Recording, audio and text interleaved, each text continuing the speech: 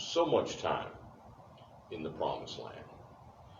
And I've said this before, with Jacob and his family, deception seems to just be the underlying tone of his entire life, and then going to even some of his sons. You know, the two, Levi and Simeon, they deceived, can't think of their names, but were not Shemaiah.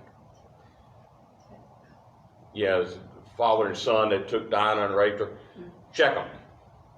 And, you know, they deceive them. Oh, well, you've got to be circumcised. Then they go in, you know, wipe them out.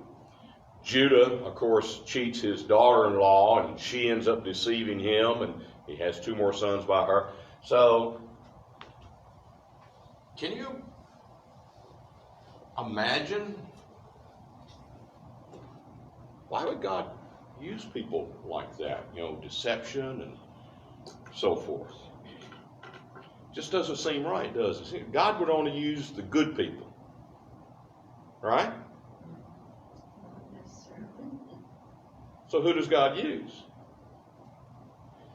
Everyone. Whomever he wants.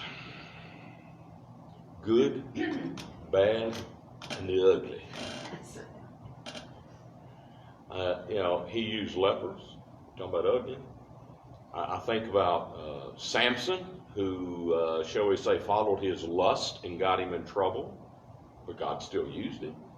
David not only was an adulterer, but a murderer.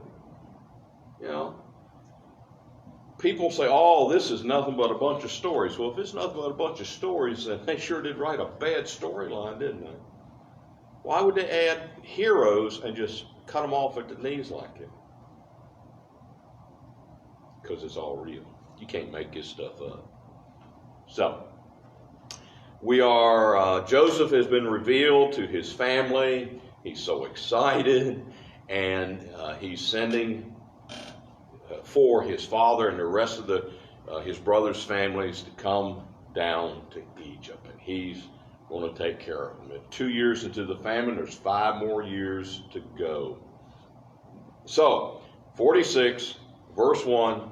Yep, that's what I wrote.